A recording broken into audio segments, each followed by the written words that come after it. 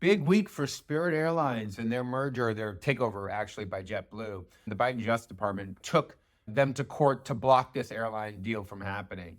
And this week it went in front of closing arguments happened in front of a judge. And the judge is Judge Young, who's a Reagan appointee. And basically, he's been listening to the trial. And this week, as closing arguments were presented, he basically was asking questions and basically stated that he had a hard time blocking this merger entirely. So he looks like he's trying to weave a path for this deal to happen. Because remember, the Justice Department is arguing that this is going to be anti-competitive, this merger.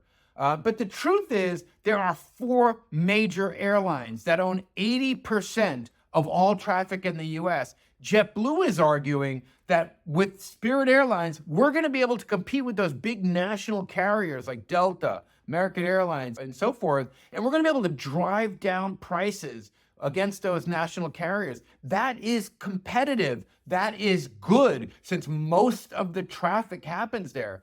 Now, the Justice Department, in fairness, they're arguing that, look, the airline business is all about slots. And right now, JetBlue and Spirit serves a bunch of low-cost slots. So how are you going to fill those slots for poor Americans who want to fly? And that's totally reasonable, because they look at airlines like a utility. And that's understandable, too. JetBlue is countered and Spirit is countered. Look, we'll give those slots to other low-cost airlines so they can figure them out and fill them up, like Allegiant.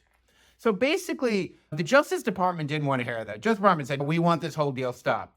The judge says, wait a minute, I don't feel comfortable stopping the whole deal. Maybe there's a way to work this. So the judge seems inclined, I'm not saying he said he's going to do it, but he seems inclined to find a way to peel off a bunch of slots that JetBlue and Spirit have to other low-cost providers to let this deal pass too. Now remember, JetBlue agreed to take over Spirit at $31 a share. Spirit's trading under $15 a share. If the judge approves this deal, Spirit Airline stock should soar. But we're not out of the woods yet. The case is in the judge's hands, and we're going to have to see what he said. But it was a good week, and it's the first time we've had a good week in this case for a while. So I'm interested to see what happens. We have a lot riding on this. Let's be real here. I recommended this stock higher. Thankfully, we were paid by JetBlue. Their ticking fee, their $2.10 a month ticking fee, plus the $2.50 cash special dividend they paid out earlier, has really lowered our risk on this investment. But we're still a bit underwater, and everything gets settled when this judge makes his case. But I think there's a strong case. I always have believed there's a strong case, and I remain optimistic, although cautiously optimistic is a better word. But I think this is going to be good for the country.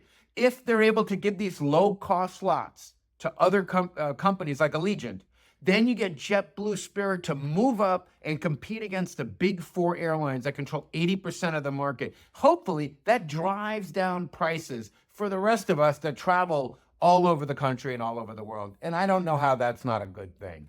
Anyway, that's all I have about this subject. Have a great weekend.